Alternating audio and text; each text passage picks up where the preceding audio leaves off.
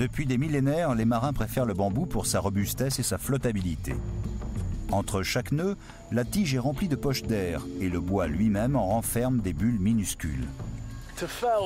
Pour abattre un de ces bambous, je vais faire un feu à sa base, parce que je n'arriverai jamais à le couper juste avec mon couteau.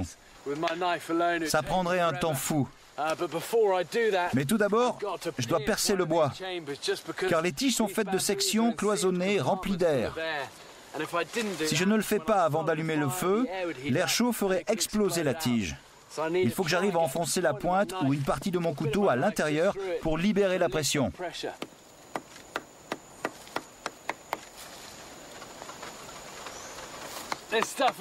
C'est un matériau très dur, mais je crois que j'ai percé l'extérieur. Ça a dû relâcher la pression. Pour allumer le feu, j'ai apporté des braises de mon feu de camp dans cette écorce de noix de coco. Voyons si ça brûle toujours. C'est bon. Je vais utiliser ces feuilles mortes.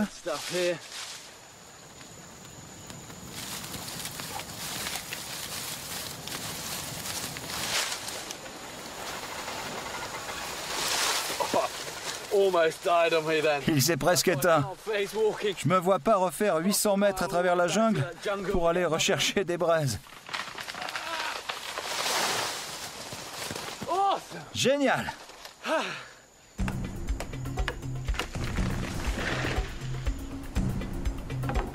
Je vais faire l'assemblage avec de l'écorce d'hibiscus. Un radeau du genre catamaran sera plus stable et j'aurai plus de place pour mes provisions. J'ai hâte de le mettre à l'eau. Le pont doit être solide et souple à la fois pour résister à la houle et aux vagues, me porter à la surface de l'eau et me garder au sec le plus possible. Le radeau sera si lourd que je le construis sur des tiges de bambou pour le faire rouler jusqu'à l'océan. Prochaine étape, une voile. Sans elle, l'embarcation serait à la merci des courants. C'est un domaine technique qui m'est totalement inconnu. Essayer de fabriquer une voile, je ne l'ai jamais fait avant. Je ne sais vraiment pas si ça va marcher ou non. Je vais entrelacer ces feuilles de palmier, puis je construirai un cadre en bois pour les maintenir, ce qui consolidera toute la structure. Ça, c'est pour le bas. Encore quelques morceaux de bois et j'assemble le tout. Ça peut marcher, mais je ne sais pas si ça va résister aux conditions rigoureuses qui m'attendent en pleine mer. En pleine mer, il me faudra diriger le bateau. Alors je fabrique une rame dans du bois d'hibiscus. Je la renforce avec des fibres. Elle me servira aussi de gouvernail. C'est une tâche difficile et de longue haleine, mais tout doit être parfait. Je ne veux pas me retrouver à la merci des courants.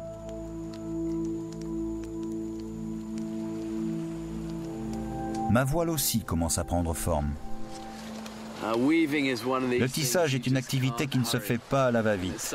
C'est agréable de pouvoir prendre son temps, calmement. Le soleil est couché, le feu ronronne, je peux tisser ma voile sans me presser. J'ai la nette impression que mon assemblage va remplir sa fonction.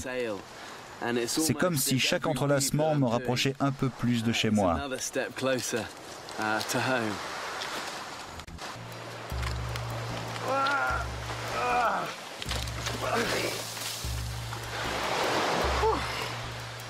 C'est dur, mais c'est en place. Voilà ma voile qui me servira aussi de parasol quand je serai en mer. Ça a l'air génial. Je dois m'assurer d'embarquer toutes les provisions dont j'aurai besoin. Parce que ce petit bijou est si lourd qu'une fois mis à la mer, je serai incapable de le remonter sur la plage. Je dois absolument emporter tout ce qu'il me faut pour parer à ce que me réserve le Pacifique.